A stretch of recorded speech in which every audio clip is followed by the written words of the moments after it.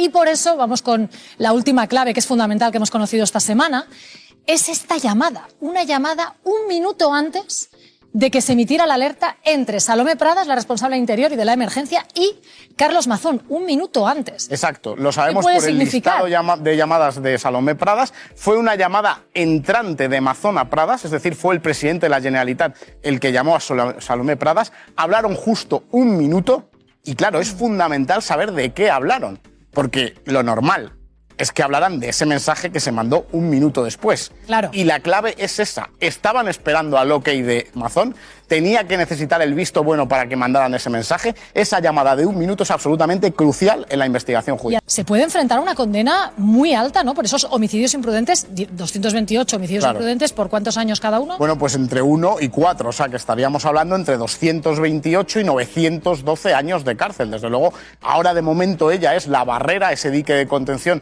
para Carlos Mazón. Ella lo que está haciendo es echarle la culpa a todo el mundo, sobre todo a los técnicos, y esto va a ser muy importante cuando declaren los técnicos como testigos, con obligación de decir la verdad, y digan si Salomé Pradas dijo la verdad o, por el contrario, estaba mintiendo. Esas declaraciones van a ser muy importantes en el futuro. Última clave, que es fundamental, que hemos conocido esta semana, es esta llamada, una llamada un minuto antes de que se emitiera la alerta entre Salomé Pradas, la responsable de Interior y de la emergencia, y Carlos Mazón, un minuto antes. Exacto, lo sabemos por el listado de llamadas de Salomé Pradas. Fue una llamada entrante de Mazón a Pradas, es decir, fue el presidente de la Generalitat el que llamó a Salomé Pradas. Hablaron justo un minuto y, claro, es fundamental saber de qué hablaron, porque lo normal es que hablaran de ese mensaje que se mandó un minuto después. Claro. Y la clave es esa. Estaban esperando al ok de Mazón, tenía que necesitar el visto bueno para que mandaran ese mensaje. Esa llamada de un minuto es absolutamente crucial en la investigación judicial. Y además es una llamada que Carlos Mazón, confírmame si esto es así, escondió. Cuando él relató las llamadas que había tenido ese día, no habló de esta llamada, que puede ser fundamental en la investigación. Él en el Hotel Ritz, en un acto que tuvo en Madrid, dio un listado de llamadas, pero esta llamada no la contó. Es una llamada que conocemos por ese listado de llamadas que ha entregado Salomé Pradas a la jueza durante su declaración judicial. La declaración judicial de Salomé Pradas, que fue hace unos días, desde luego era podía ser un punto de inflexión en esta investigación, porque ella, o su declaración, es el último dique de contención, ¿no? Podríamos decir, de la responsabilidad de Mazón, que Mazón no está imputado, porque para empezar está aforado, pero Pradas se puede enfrentar a una condena muy alta, ¿no? Por esos homicidios imprudentes, 228 homicidios imprudentes, ¿por cuántos años cada uno? Bueno, pues entre 1 y 4, o sea que estaríamos hablando entre 228 y 912 años de cárcel. Desde luego, ahora de momento ella es la barrera, ese dique de contención para Carlos Mazón. Ella lo que está haciendo es echarle la culpa a todo el mundo, sobre todo a los técnicos, y esto va a ser muy importante cuando declaren los técnicos como testigos, con obligación de decir la verdad, y digan si Salomé Pradas dijo la verdad o, por el contrario, estaba mintiendo. Esas declaraciones van a ser muy importantes en el futuro. Por lo que me estás contando, ya son 3 los argumentos que quedan completamente desmontados por la jueza de Catarrocha. Le dice a Mazón, no, era competencia de la Generalitat, no del Gobierno Central. 2, había información abundante y disponible. Y 3, no hacía falta que alertara la Confederación porque estaba publicado. Pero vamos ahora al kit de esta investigación, que puede ser por qué no se envía antes esa alerta, que se envió a las 20 horas y 11 minutos, y sobre todo la gran incógnita. Esas 5 horas de Carlos Mazón a otra cosa, porque no sabemos todavía realmente todo lo que pasó. Efectivamente, él a las 2 menos cuarto tuvo su último acto público, a las 3, en esa primera versión que dio la Generalitat, se fue a hacer un picoteo. Luego hemos sabido que no fue un picoteo de trabajo, como dijeron, que fue una comida con la periodista Maribel Vidaplana, al menos desde las 3 hasta las 5:30, 6 de la tarde, en ese restaurante El Ventorro. Claro, pero la clave es después, porque no se le ve hasta las 8:30 aproximadamente qué pasa después. Él dice que va al Palau. Efectivamente, desde las 5:30, 7:30 de la tarde hay un vacío, una especie de negro en el que no sabemos exactamente qué estaba haciendo Carlos Mazón. Y hemos tenido esta semana también informaciones nuevas. Por ejemplo, que desde las 6 de la tarde las llamadas al 112 ya alertaban de esa situación de emergencia. Había gente que estaba ya ahogándose a las 6 de la tarde, Exacto. Por ejemplo, llamando de forma desesperada. La mientras familia Mazón de estaba Dolores Ruiz, la mujer que perdió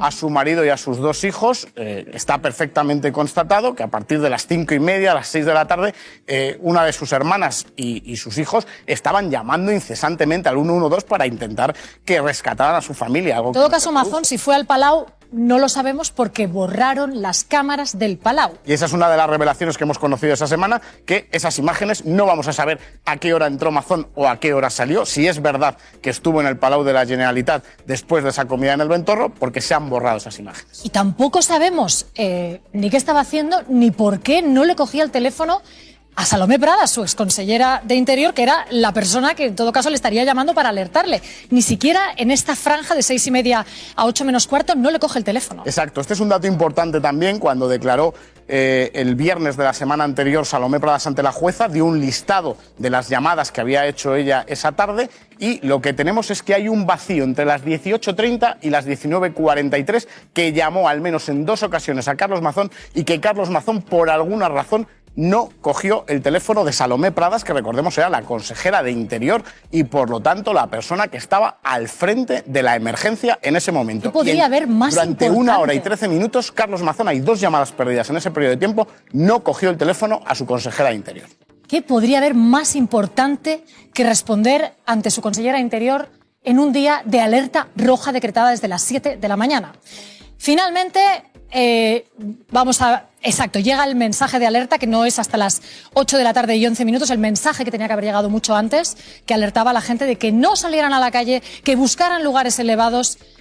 Pero Carlos Mazón todavía no había llegado al CECOPI. Claro, Carlos Mazón llegó a las 8:28 según su versión. Esa es la versión que ella le ha dado a la jueza y, habría que constatar que efectivamente llegó a esa hora, pero tenemos la foto lo que está investigando la jueza, evidentemente, es si fue precisamente esa incomparecencia de Carlos Mazón lo que provocó que esa llamada se hiciera tan tarde a las 8:11 cuando ya muchísima gente se había ahogado. Ese mensaje que llegara tan tarde. Y por eso vamos con la última clave, que es fundamental, que hemos conocido esta semana, es esta llamada. Una llamada 1 minuto antes de que se emitiera la alerta entre Salomé Pradas, la responsable de Interior y de la emergencia, y Carlos Mazón, 1 minuto antes. Exacto, lo sabemos por el listado de llamadas de Salomé Pradas. Fue una llamada entrante de Mazón a Pradas, es decir, fue el presidente de la Generalitat el que llamó a Salomé Pradas. Hablaron justo 1 minuto y claro, es fundamental saber de qué hablaron, porque lo normal es que hablaran de ese mensaje que se mandó 1 minuto después. Claro. Y la clave es esa. Estaban esperando al ok de Mazón, tenía que necesitar el visto bueno para que mandaran ese mensaje. Esa llamada de 1 minuto es absolutamente crucial en la investigación judicial. Y además hay que ver políticamente, que es de lo que estamos hablando, en lo político, si esto cómo les sale o cómo no. En lo judicial, pues habrá también que esperar a ver qué ocurre, ¿no? Porque vamos a recordar que Mazón ni siquiera está imputado, porque está si fugado, Mazón acaba siendo por tanto, imputado, pero podría ser imputado en un momento dado. Si Mazón acaba siendo imputado, en Génova es donde situaban ya, es que es claramente lo que tiene que, es claramente la vía, ¿no? Si está imputado no va a poder seguir. Qué locura. Ese sería el punto de inflexión. Es lo que Desde luego, dicen ahora, sí. Escuchamos es esa el punto defensa de Alberto Núñez Feijóo, a pesar de saber que Mazón ha mentido. Lo sabemos por cómo ha ido construyendo su versión de dónde estaba, de lo que estaba haciendo, de las llamadas que tuvo, y a pesar de saber que, conforme avance la investigación, voy contigo, Tania, se puede encontrar Carlos Mazón en una situación realmente insostenible frente a la ciudadanía. Bueno, yo creo que la situación de Mazón es insostenible desde el primer día que no fue capaz de decir dónde estaba mientras estaba muriendo gente en Valencia. Ese día ya fue insostenible para Mazón. Y ese día el Partido Popular, con Feijóo a la cabeza, tenía muchas opciones. Incluso asumir que tú le retiras el apoyo a una persona que decide abrazarse a un acta que le es propia, desde luego, eso nadie lo niega. Él no puede hacerle que deje de ser presidente de la Comunidad de Madrid, de la Comunidad Valenciana, pero puede retirarle el apoyo. Lo que para mí no es comprensible es que a estas alturas de la película Feijóo, la opción que tome no solo sea mantener un apoyo más o menos tibio, más o menos no, que salga una entrevista a decir que le apoya porque es valiente. No hay nada más cobarde que la mentira. Y creo que no hay ninguna duda de que lo único que ha hecho Mazón desde el día que ya no tenía salida, que fue cuando no supo explicar dónde estaba y no era el centro de emergencias ni conectado a ese centro de emergencias, desde ese día todo lo que ha dicho, o el 60% de lo que ha dicho, es mentira. Y por tanto no es comprensible que el presidente del Partido Popular diga que lo mantiene porque es valiente y coherente. A alguien que es evidentemente un cobarde, que no cuenta la verdad y que permanentemente, no contando la verdad, desde luego, si algo no está teniendo es ni un gramo de coherencia. Maestre. Sí, sobre todo, mira, cuando Feijóo lo que muestra con toda esta actitud es de la debilidad que tiene, pues como bien ha explicado Santiago, porque si tú le montas una gestora, empieza a perder poder orgánico dentro del partido, las presiones hubiesen sido muchas porque ya no tiene capacidad para poner cargos, para decidir sobre puestos, y le iban a ir abandonando los pocos que le quedan ahora todavía, simplemente por una cuestión de jefatura, ¿no? Eso es una evidencia. Yo no alcanzo a comprender lo que hace Feijóo y sobre todo luego los argumentos, uniéndose a él, ¿no? Hablar de valentía, como bien ha dicho Tania, es que si Carlos Mazón permanece ahora mismo como presidente, no es por valentía, es por todo lo contrario, es por cobardía, porque si no fuese ahora mismo presidente de la Generalitat y estuviese aforado, la jueza de Catarroja se la había llevado por delante ya. Se la había llevado por delante. Tal y como está instruyendo, se la había llevado por delante. Vamos a ver, espera, quiero preguntarle a Alfonso Pérez Medina cuál sería el proceso, Alfonso, porque sabemos que existe este aforamiento, pero eso no obsta a que al final pudiera ser imputado. Claro, lo que quiere la jueza es agotar la investigación en la medida de lo posible con los imputados que tiene, que son Salomé Pradas y el secretario de Emergencias, Emilio Argüeso. Una vez que esté la investigación pues agotada y ya no le quede otra que pedir esa imputación de Carlos Mazón, pues lo que haría sería elevar un suplicatorio al Tribunal Superior de Justicia de la Comunidad Valenciana, porque siendo diputado y presidente de la comunidad, pues continúa teniendo ese aforamiento. Y la jueza, de hecho, le ha ofrecido, al menos en 2 ocasiones, ir a declarar voluntariamente y le ha dejado clarísimo que no va a declarar como testigo, porque ha habido algunas acusaciones que han pedido su declaración como testigo, la jueza lo ha rechazado y dice que si va, tiene que ir como investigado. Y por eso le ha ofrecido ir a declarar voluntariamente y él, de momento, pues ha rechazado esa posibilidad.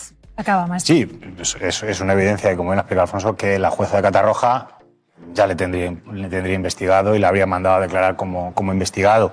Sobre todo porque, además, como bien ha explicado antes, o sea, la responsabilidad penal, si la de Salomé Pradas se está dirimiendo, los hechos están mostrando que la de Carlos Mazón no tardará el tiempo que la jueza agote el tiempo que necesita para la instrucción, porque la llamada de Mazón un minuto antes de que se mande la alerta, esa llamada es muy llamativa, justo después de haber estado 1 hora y cuarto desaparecido, y que se pidiese que se mandase esa alerta y que 1 hora y cuarto la consellera intentase contactar con él, no puede contactar, y cuando contacta un minuto antes, después se manda la alerta, yo creo que no hace falta ser muy inteligente para saber qué es lo que ocurrió y cuál es la conversación que se tuvo. La Salomé Pradas tendrá que decirlo cuando se le pregunte y no puede mentir. Alfonso, puede mentir ¿se porque le ya ha está preguntado imputada. a Salomé Pradas por el contenido de esa conversación de ese minuto? Pues no se le ha preguntado porque únicamente respondió a las preguntas de su abogado. Claro. Con lo cual, ni la jueza, ni el fiscal, ni las acusaciones pudieron preguntarle. Y en este listado hay otra cosa también muy llamativa en este listado de llamadas de Salomé Pradas, que es que desde las 17:37 ella tiene contacto con Carlos Mazón. Es decir, la estrategia de Carlos Mazón hasta ahora era un poco desentenderse de este asunto, decir que la responsabilidad era de su consejera de emergencias, que él no estuvo en el CECOPI, que llegó a las 8:28 después de la alerta, pero lo que sabemos es que hubo llamadas a las 17:37, a las 18:25, a las 18:30, luego hay ese vacío hasta las 19:43, a las 20:10 y a las 20:19. Es decir, que Carlos Mazón sí estaba en contacto con Salomé Pradas y es de suponer que le estaba informando de los pasos que se estaban dando en el CECOPI ante la situación desesperada ya de muchos valencianos a esa hora, con lo cual eso de desentenderse de lo que estaba pasando en el CECOPI, este listado de llamadas, desde luego, claramente deja entender que no fue así. Me gustaría simplemente acabar con una cosita, Verónica, que es un apunte más sobre este tipo de llamadas. A las 6:28 hubo otra llamada a Jordi Mayor, alcalde de Cullera, que el alcalde de Cullera calificó él de café, copa y puro. Eso lo dijo él. Sí, La persona que recibió la llamada, el alcalde de Cullera. Al ver pues el tono con el que Carlos Mazón le hablaba sobre algo que no tiene nada que ver con la emergencia. Vuelvo a decir, a las 6:28, una conversación que era propia, según él, de café, copa y puro. A las 6:30 empieza la desaparición hasta las 7:40, hasta las 7:43. Yo creo que insinúas algo que queda muy claro y que Son hechos. nuestros espectadores pueden entender perfectamente.